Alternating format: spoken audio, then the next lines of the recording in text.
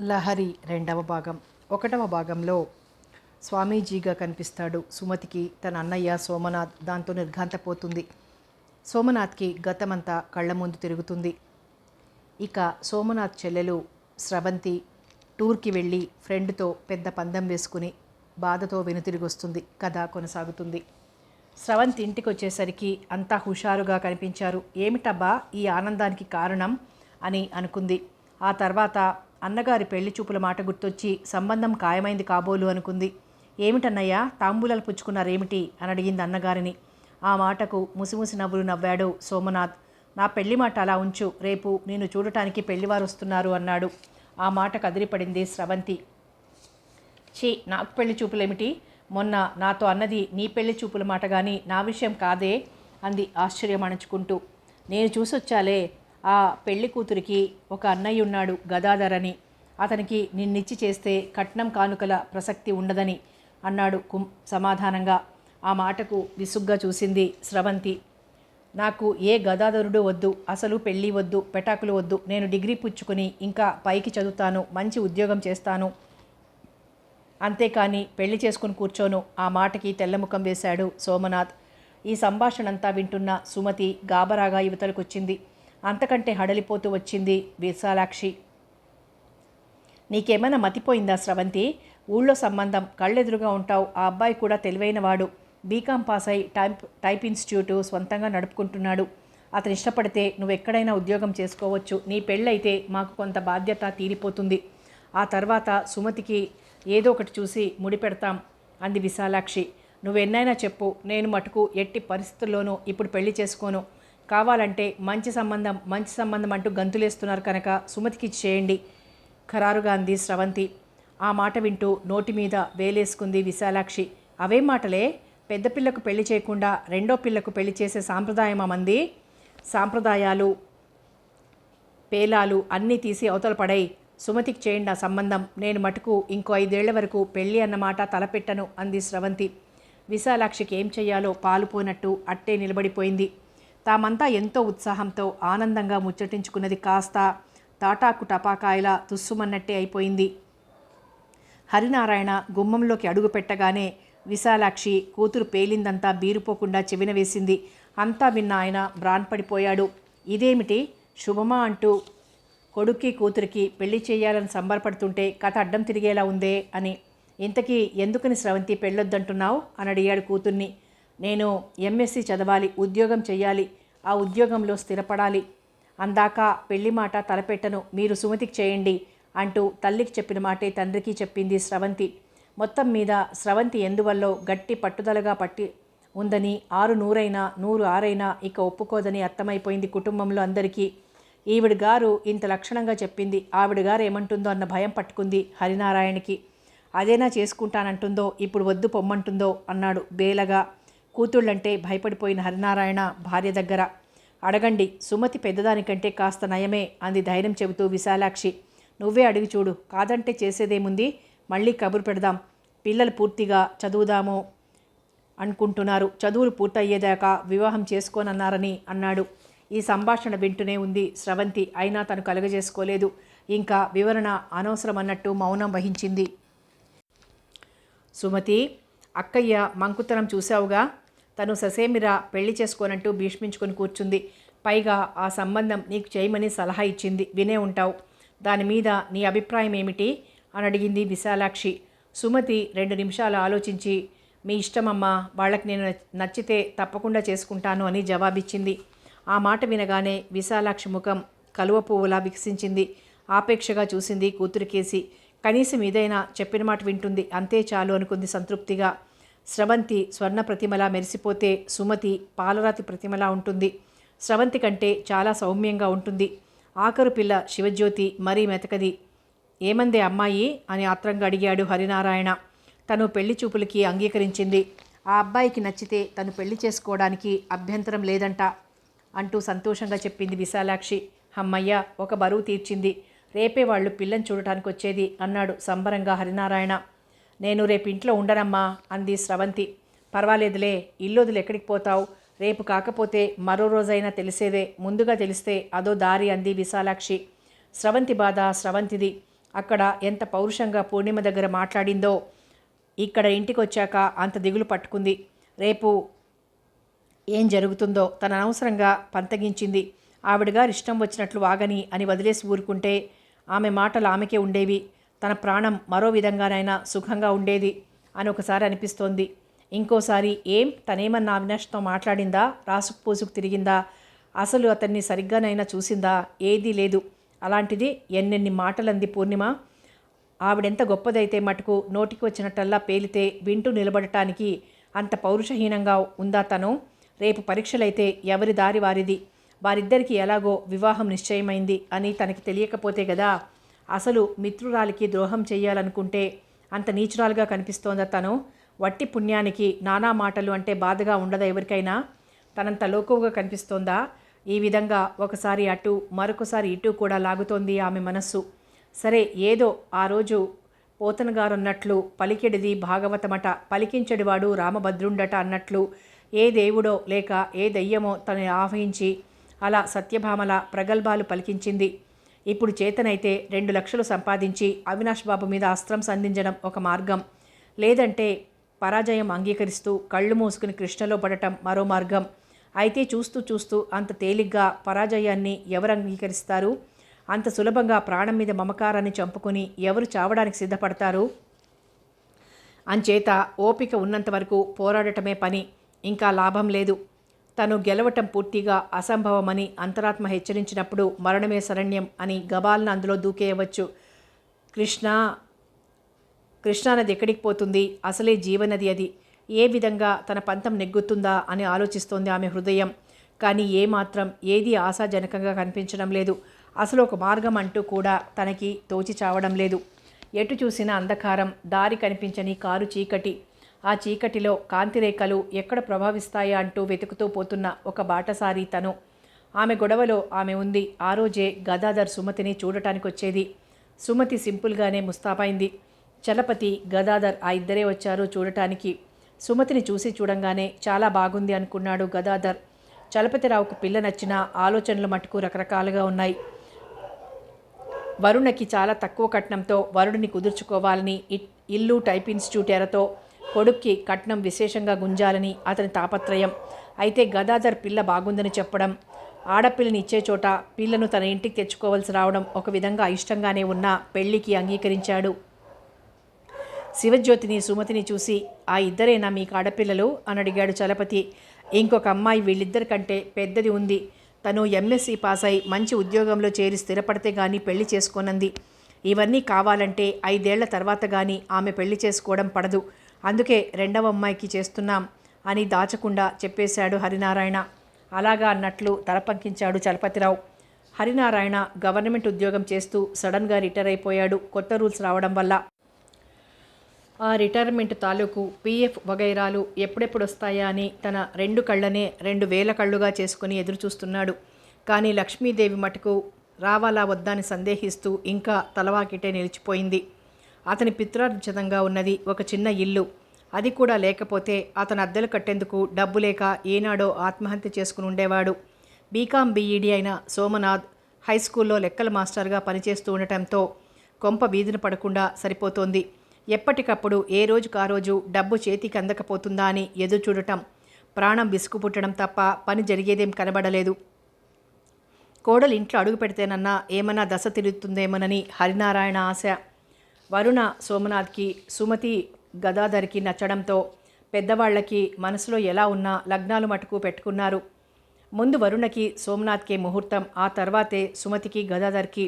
మిత్రులందరినీ పిలుచుకున్నాడు సోమనాథ్. తన మిత్రురాళ్ళని మటుకు ఎవ్వరిని పిలవలేదు స్రవంతి. సుమతే తన ముఖ్యమైన నేస్తాలకి కార్డిచ్చుకుంది. పెళ్లిలో స్రవంతి మాటల తీరు, ధైర్యం గమనించాక బాబోయ్ స్రవంతి చాలా గడుసుది అనుకున్నాడు గదాధర్. తనకి ఆ గడుగ్గాయి తప్పిపోయినందుకు సంతోషిస్తూ. సుమతికి పెళ్లి జరగడంతో తల్లిదండ్రుల కన్నా ఎక్కువ ఆనందించింది స్రవంతి. తండ్రికి ఒక బరువు తీరింది. తనకింతట్లో పెళ్లి చేసుకోమన్న సతాయింపు ఉండదు అని తేలిగ్గా ఊపిరి పీల్చుకుంది స్రవంతి. వరుణ కాపురానికి వచ్చింది. అత్తగారి ఇంటిని తన ఇంటిని కాపురానికి వస్తూనే పోల్చుకోవడం మొదలుపెట్టింది. తన ఇంటితో పోలిస్తే అత్తగారిల్లు చిన్న కుటీరంలా కనిపించింది. ఇదేం ఇల్లురా బాబు, ఇందులో తను, తన భర్త, అత్త, మామ, చిన్నాడబిడ్డ, పెద్దాడబిడ్డ వస్తూ పోతూ ఉండే ఓ అన్నా వదిన ఇంతమంది ఇరుక్కు చావాలి. తనకి తన భర్తకు ఏకాంతంగా గడపడానికి ఎప్పుడూ వీలవ్వదు. సోమనాథ్కి వరుణకి ముందు పెద్ద గదిలో పార్టీషన్ పెట్టించి వాళ్లకు ఒక గది అంటూ ఏర్పాటు చేసిన ఆ గది వరుణకి ఏమాత్రం నచ్చలేదు. గది అంటే ఇలాగా ఉండేది. తనకి తన భర్తను తీసుకుని తన పుట్టింట్లో కాపురం పెడితే ఎలా ఉంటుంది అన్న ఆలోచన వచ్చింది వరుణకి. అక్కడ కాపురం చేస్తున్నది తన ఆడబిడ్డ. అక్కడ తను తన భర్త ఉండటంలో ఏమన్నా ఇబ్బందులున్నాయా అని తర్కించుకోసాగింది. స్కూల్ నుంచి వస్తూ పువ్వులు తీసుకొచ్చాడు సోమనాథ్.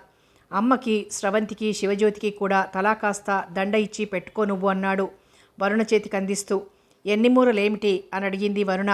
4 మూరలు అని జవాబిచ్చి గదిలోకి వెళ్ళిపోయాడు సోమనాథ్. రోజు నలుగురికి 4 మూరలు యథావిధిగా కొనవలసిందేనేమో అనుకుంది కినుకగా.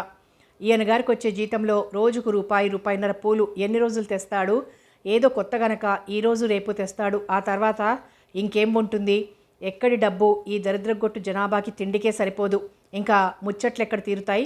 నాకిక్కడ ఏం తోచడం లేదు. ఏదైనా సినిమాకి వెళ్దామా అని అడిగింది. వెళ్దామని అన్నాడే కానీ డబ్బు లెక్క వేస్తుంటే గుండె దడదడా కొట్టుకుంది. తల్లిని తండ్రిని వదిలి వెళ్ళడానికి మనస్కరించలేదు. ఆడపిల్లలు 2 ఉంటే వారిని తీసుకెళ్లకుండా వెళ్ళడము బాగుండదు. మొత్తం 6 టికెట్లంటే రాకపోకల ఛార్జీలు కంటే మధ్యలో సతీమణి టీ అందంటే 50 కాగితం సులభంగా అయిపోతుంది. ఆ 50 రూపాయలుంటే 15 కిలోల బియ్యమైనా వస్తాయి. ఈ ఆలోచన సోమనాథ్ది. ఈ ఆలోచన ఎటు మందక ఆ పూట ఇంటికి ఆలస్యంగా వచ్చాడు సోమనాథ్. ఏమిటి, సినిమాకి తీసుకువెళ్తానని చెప్పి 7 గంటలకా రావడం అని అడిగింది గుమ్మంలోనే. సారీ వరుణ, రేపు వెళ్దాంలే అన్నాడు. మొదటిసారి సరదాగా మనిద్దరం కలిసి వెళ్దామనుకుంటే ఆ రోజే లేటుగా రావాలా ఇంటికి అని అడిగింది కోపంగా. సారీ అన్నానుగా.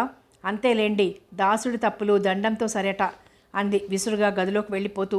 భార్యకు ఎలా సమాధానం చెప్పాలో తెలియనట్టే చతికిలబడిపోయాడు సోమనాథ్. ఆ ఇంట్లో వరుణను పూర్తిగా అర్థం చేసుకోగలిగింది స్రవంతి ఒక్కతే.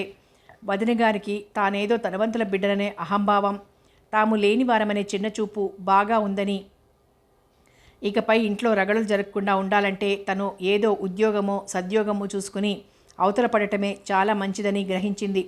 పూర్ణిమ, అవినాష్ల పెళ్ళయిందో లేదో ఆమెకు తెలియదు. పెళ్లి జరిగితే శుభలేఖ పంపకుండా ఉంటుందా పూర్ణిమ అనొక పక్క. ఏమో తిక్క మనిషి, పంపకపోయినా పంపన్లే అనుకుంది మరోసారి. పరీక్షలు అయ్యాక ఒకరి ముఖం ఒకరు చూసుకోలేదు.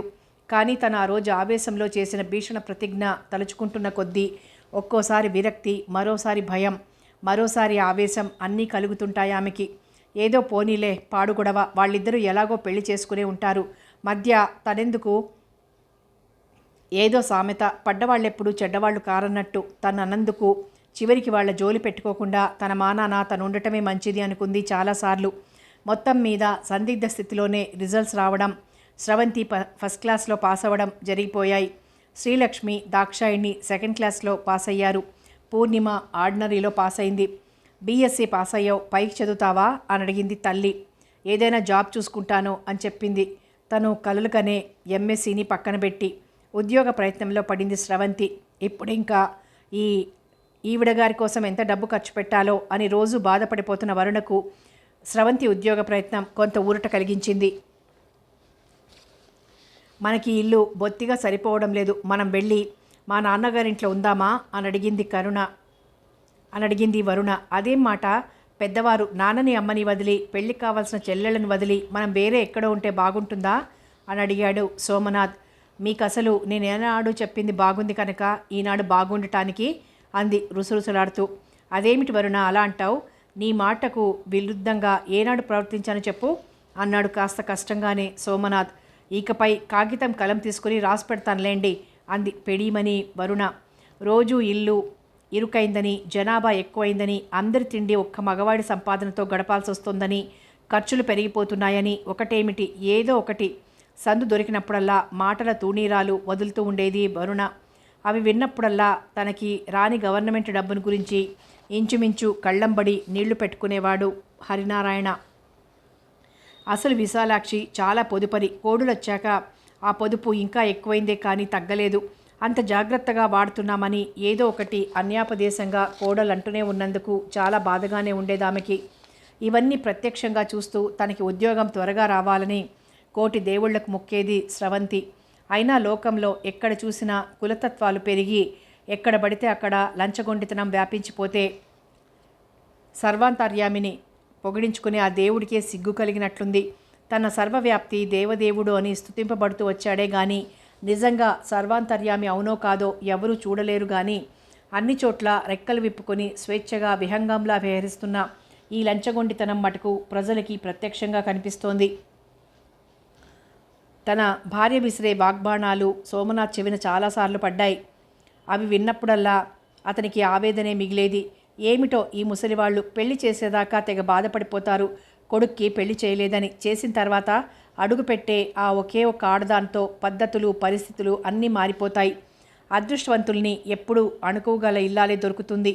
తనలాంటి మెతకవాడికే ఇలాంటి గయ్యాళి గంగమ్మలు దొరుకుతూ ఉంటారు. హాయిగా తెచ్చింది తింటూ సుఖంగా గడిచిపోతున్న తమ బతుకులకు ఇలా సాగనీయకుండా పెళ్ళి పెళ్ళి అంటూ అంటగట్టారు. ఇప్పుడు రాని డబ్బుకు ఏడుస్తూ వచ్చిన కోడలి నోటికి భయపడుతూ బ్రతుకుతున్నారు. ఎందుకు వచ్చిన కర్మ ఇది అని రోజుకొకసారైనా చింతపడటం సోమనాథ్ దినచర్యలో ఒక భాగమైంది. ఆ రోజు ఆకాశంలో నల్లని మేఘాలు దట్టంగా అలుముకున్నాయి. అప్పుడో ఇంకో 10 నిమిషాలకో గాలి వాన వచ్చే సూచనలు కనిపిస్తున్నాయి. అసలే కరెంటు అంతంత మాత్రం. ఇలాంటి ఉపద్రవం ఏదన్నా రాబోయే సూచనలు ఉంటే ఇక చెప్పనవసరం లేదు. ముందే పోయి ఊరుకుంటాయి లైట్లు. గాఢాంధకారంలో కురిసే వర్షం తిట్లు తింటుందే గాని ఆహ్లాదం ఇవ్వదు, సోయగాలు చూపించదు. అదే చక్కని లైట్ల వెలుగులో కురుస్తున్న వర్షం అందాలను వెతుక్కోమంటుంది. అది తమాషాగానే అనిపిస్తుంది. స్రవంతి గబగబా నడుస్తోంది ఇల్లు చేరాలని.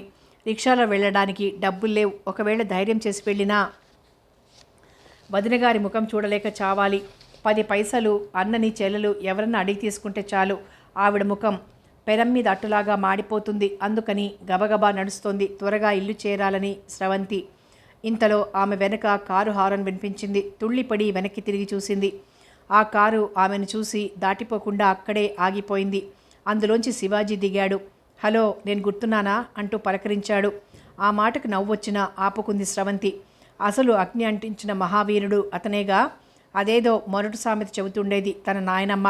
మొహం మీద వాత పెట్టిన మొగుడిని ఏ జన్మకైనా మరవడం అనేది ఉంటుందా అని. అలాగే అన్ని సంవత్సరాలు తమ స్నేహాన్ని ఒక్క 5 నిమిషాల్లో తారుమారై బద్ధ శత్రువులుగా మార్చి పారేసింది. ఒకళ్ళ ముఖాలు ఒకళ్ళు చూసుకోకుండా పోయింది ఇతని చలవ వల్లేగా. ఏమిటలా స్టన్ అయినట్లు నిలబడిపోయారు? నేను గుర్తురాలేదా? నేను శివాజీని అన్నాడు శివాజీ.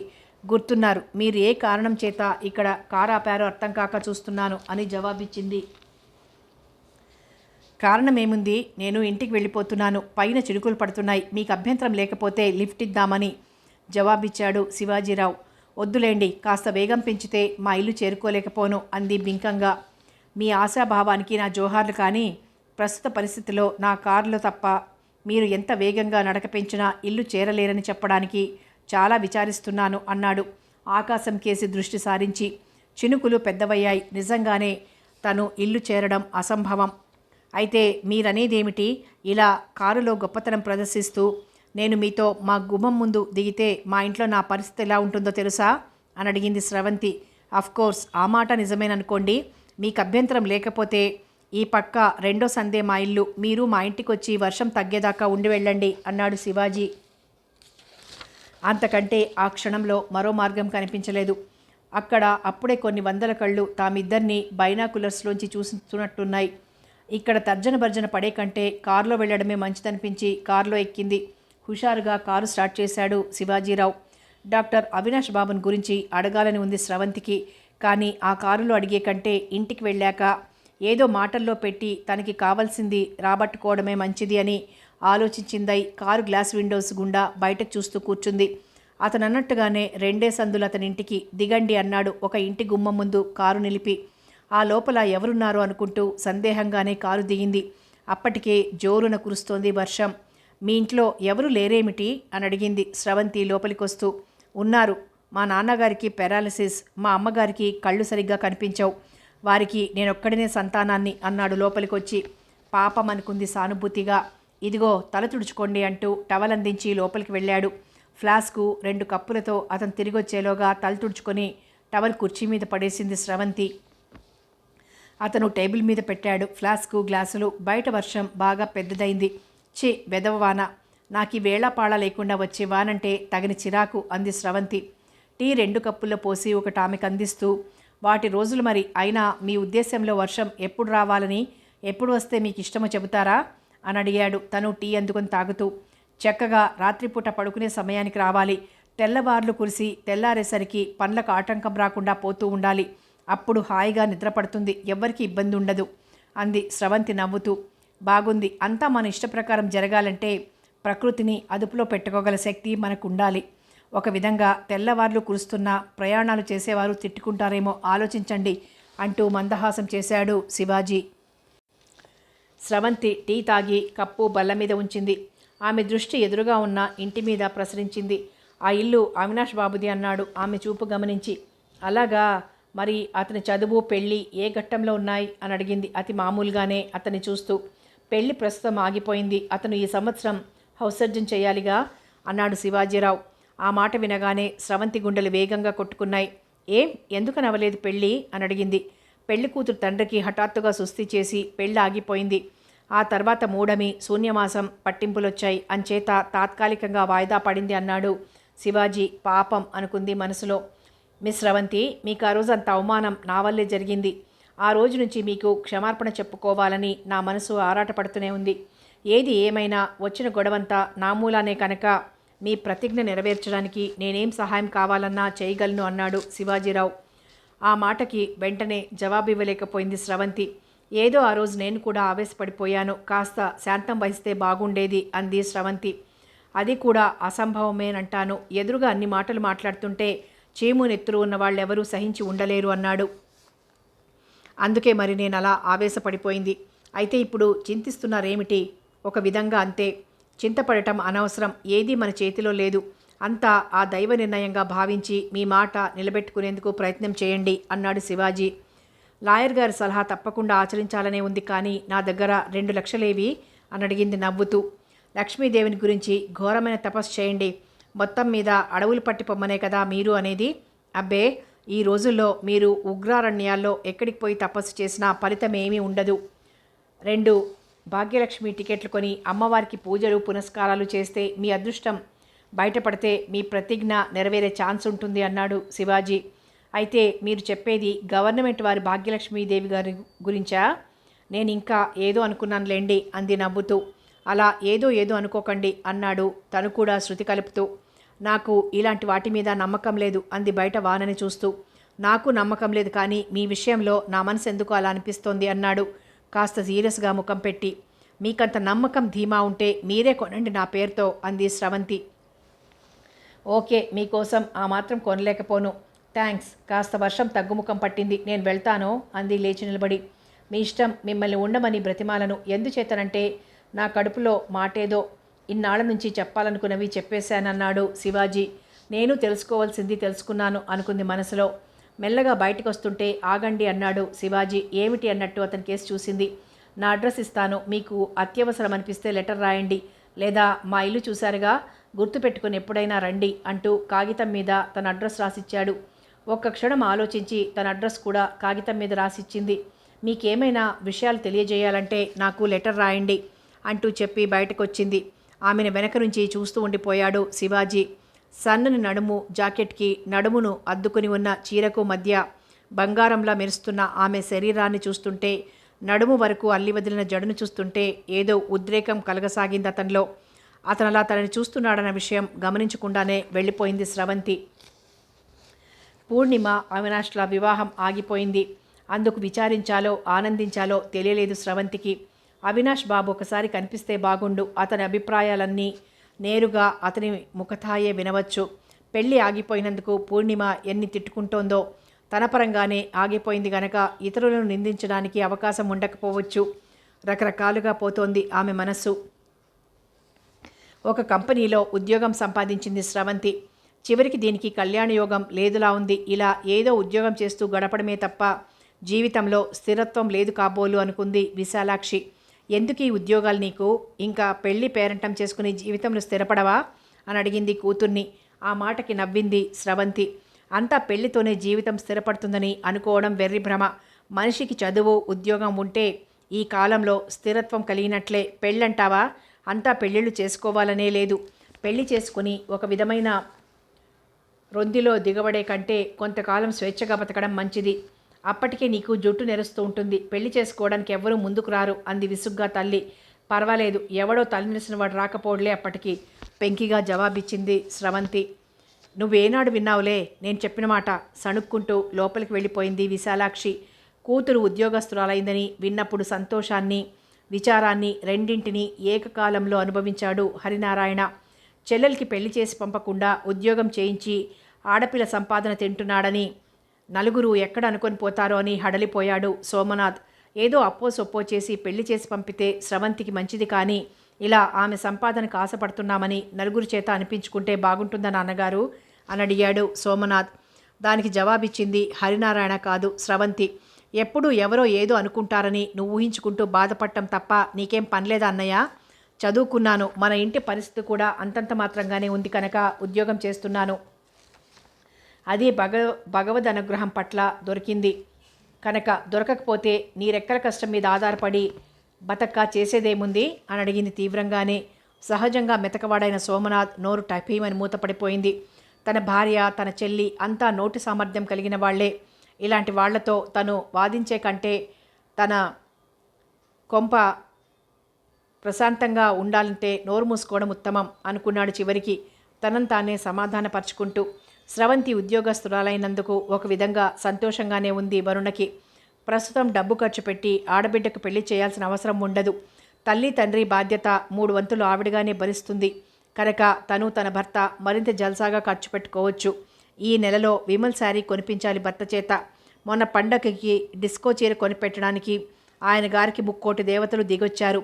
ఏ చిన్నది కావాలని అడిగినా ఆయన గారికి డబ్బు ఖర్చుగానే కనిపిస్తుంది. మరీ పట్టుదలగా అడిగితే అమ్మ చెల్లెళ్ళు కళ్ళ ముందు తిరుగుతారే గాని ఒక పట్టాన ఒప్పుకుంటాడా, పెడతాడా? వరుణ రకరకాలుగా ఆలోచిస్తూ ఉంటుంది. అందులో పని పాట లేదు కనుక మరింత అతిగా ఆలోచిస్తూ ఉంటుందామే. మొదటి నెల జీతం అందుకొని తండ్రి చేతికిచ్చింది స్రవంతి. ఇంటి బరువు బాధ్యతలు స్వీకరిస్తున్నవాడు అన్నయ్య, వాడికివ్వు స్రవంతి అన్నాడాయన లెక్కపెట్టి తిరిగి కూతురికి అందిస్తూ. తండ్రి ఆ మాట అన్నాక అది తీసుకుపోయి అన్నగారికి ఇచ్చింది. నాన్నగారికి ఇవ్వకపోయావా అన్నాడు సోమనాథ్. ఇదంతా చూస్తున్న వరుణ, ఇంటి బాధ్యతలన్నీ నెత్తిన వేసుకున్నవారు మీరే ఆ డబ్బు తీసుకోవడం మంచిది. మామయ్య గారు కూడా ఆ మాటే అన్నారులేండి అంది తేల్చేస్తూ. నాకు మటుకు దేనికి స్రవంతి, తీసుకుపోయి బ్యాంకులో వేయి, ఏదో అక్కరకు వస్తుంది అన్నాడు సోమనాథ్. స్రవంతి ఏమనుకుందో ఏమో ఆ డబ్బందుకొని తన దగ్గరే ఉంచింది. రేపు బ్యాంకులో వేస్తాలే అంటూ. ఇది చూసేసరికి వంటికి కారం రాసుకున్నట్లయింది వరుణకి. ఏదో తెలివి తక్కువవాడు తన పతిదేవుడు అని అనుకుంది కానీ మరీ ఇంత తెలివి తక్కువవాడు అనుకోలేదు. ఏం వీళ్ళందరికీ తిండి పెట్టడం లేదా?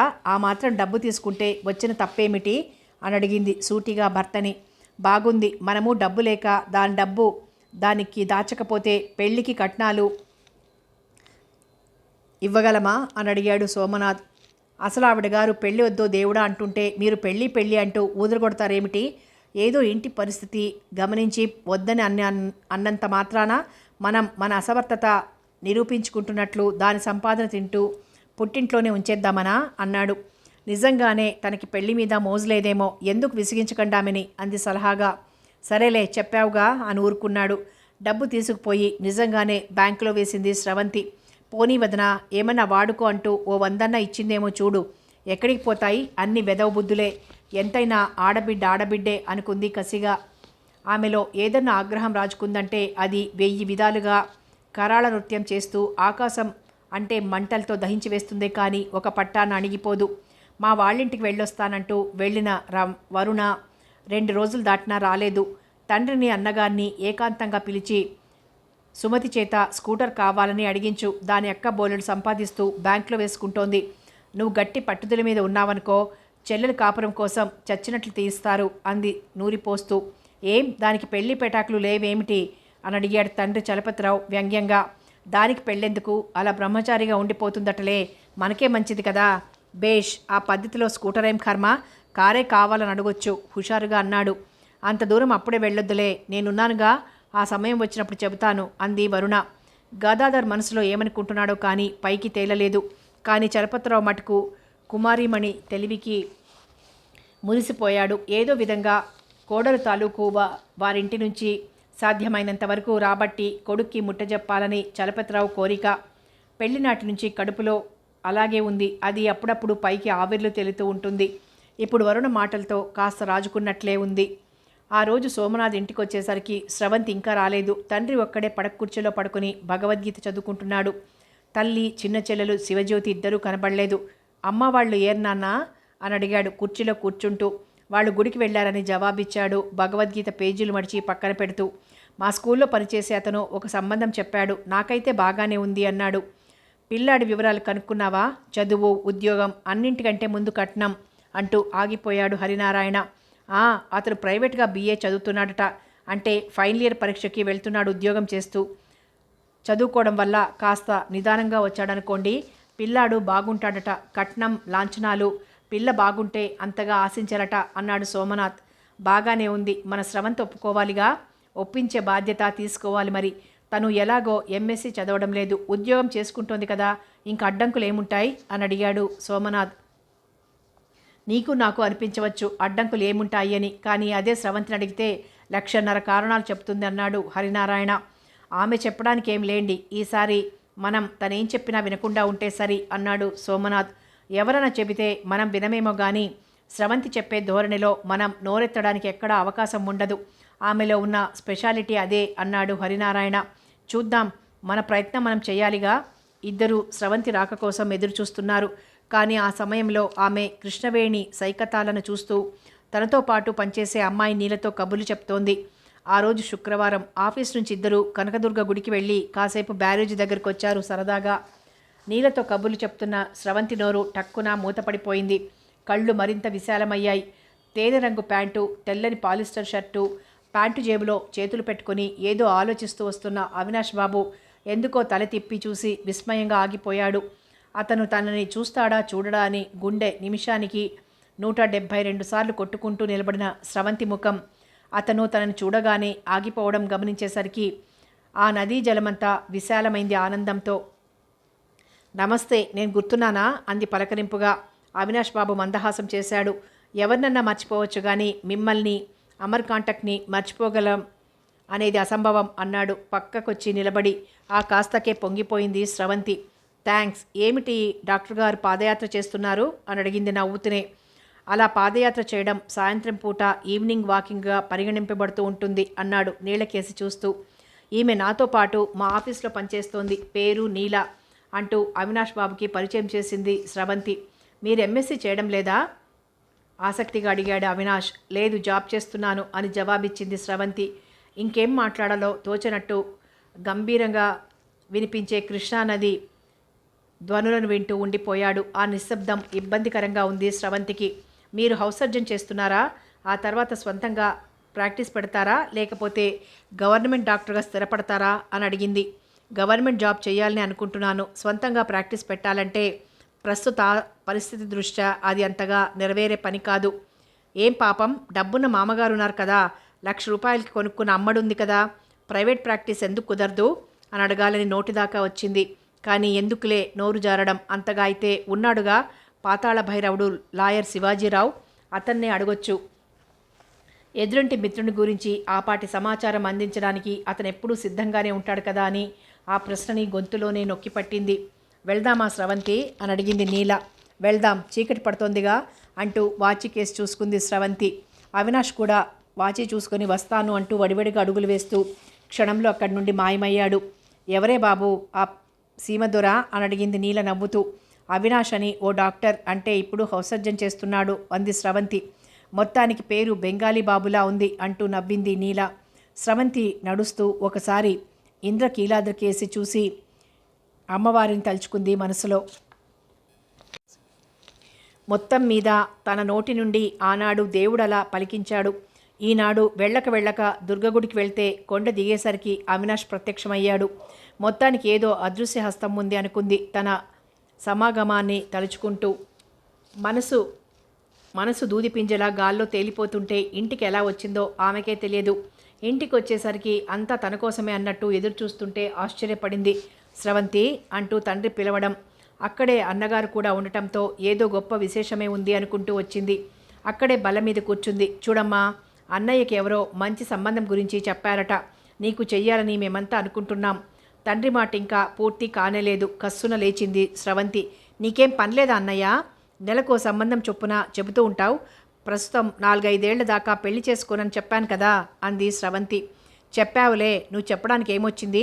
ఏదో ఒకటి చెప్తూనే ఉంటావు. అంతేకాని పెద్దవాళ్ళం మేం చెప్పేదేం నీకు లెక్కలోకి రాదేమిటి? కోపంగానే అన్నాడు. ఆ మాటకి కోపం వచ్చినా తమాయించుకుని తండ్రి కేసు చూసింది. నీకు రావాల్సిన డబ్బంతా గవర్నమెంట్ నుంచి వచ్చేసిందేమిటి అని అడిగింది సూటిగా. ఆ ప్రశ్నకి కాస్త తడబడ్డాడు హరినారాయణ. రాకపోతే ఏం, అప్పో సప్పో చేసి ముందు శుభకార్యం పూర్తి చేస్తే ఆ శుభం జరిగిన వేళా విశేషం వల్ల డబ్బదే వస్తుంది. ఈ చేసిన అప్పు తీరిపోతుంది జవాబిచ్చాడు తండ్రి. అలాగే అనుకుని సుమతికి చేశారు. అది శుభకార్యమేగా, మరి మీ డబ్బు రాలేదేం? ఈలోగా అప్పులు చేసి పెళ్లికి వడ్డీలు పెరుగుతుంటే అసలు ఏదో ఓ పుష్కరానికి వచ్చే మీ డబ్బు వడ్డీలు తీర్చడానికి కూడా సరిపోదు. ఎందుకు వచ్చిన గొడవ ఇది? ఆకాశంలో మేఘాల్ని చూసి ఇంట్లో ఉన్న నీళ్లు పారబోసుకోవడం అంత తెలివిహీనత మరొకటి ఉండదు అంది తీవ్రంగానే. అంటే నువ్వు ఈ సంబంధం ఒప్పుకోవన్న మాటేగా? అంతే, ఒప్పుకోను. మీకంతగా మంచి సంబంధం అనిపిస్తే శివజ్యోతికిచ్చి చేయండి అంది ఖరారుగా స్రవంతి. బాగుంది నీ సలహా, దివ్యంగా ఉంది. నీ తెలివితేటలు అమోఘంగా ఉన్నాయి. పెద్ద పిల్లవి, నువ్వు అలా ఉండు. చిన్న చిన్న వారందరికీ చేస్తుంటాం కోపంగా అన్నాడు హరినారాయణ.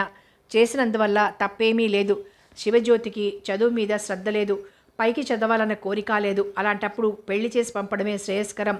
నేను మీ మాట ప్రకారం పెళ్లి చేసుకోలేదన్న కోపాన్ని పక్కకు పెట్టి శాంతంగా ఆలోచించండి. మీకే నా మాటలో ఎంత నిజముందో బోధపడుతుంది అంది స్రవంతి. హరినారాయణ, సోమనాథ్ ఒకరి ముఖాలొకరు చూసుకుంటూ ఉంటే అవతలకు వెళ్ళిపోయింది స్రవంతి. కథ కొనసాగుతుంది.